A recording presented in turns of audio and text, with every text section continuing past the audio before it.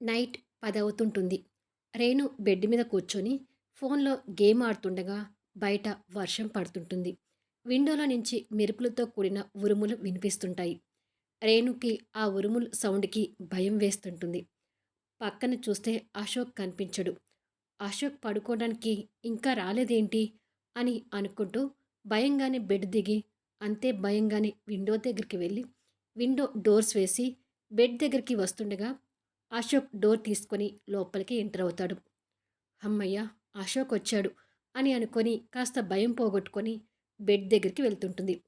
అశోక్ కిటికీ దగ్గర నుంచి వస్తున్న రేణుని చూసి, ఓ, ఈ దెయ్యం రాక్షసికి ఉరుములన్నా బొద్దింకలన్నా చచ్చేటంత భయం కదా అని అనుకుంటాడు మనసులో.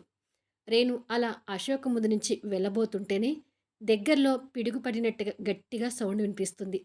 ఇక అంతే, రేణు ఆ ఉరుముకి భయపడి ఒక్కసారిగా అశోక్‌ని గట్టిగా హగ్ చేసుకొని అంతే భయంతో కళ్ళు మూసుకుంటుంది.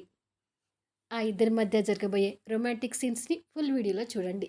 స్టోరీ నచ్చినట్టయితే దయచేసి లైక్స్ ఇవ్వండి, కామెంట్ షేర్ చేయండి. అలాగే మీ ఫ్రెండ్స్ కూడా స్టోరీస్ షేర్ చేస్తూ సపోర్ట్ చేయండి.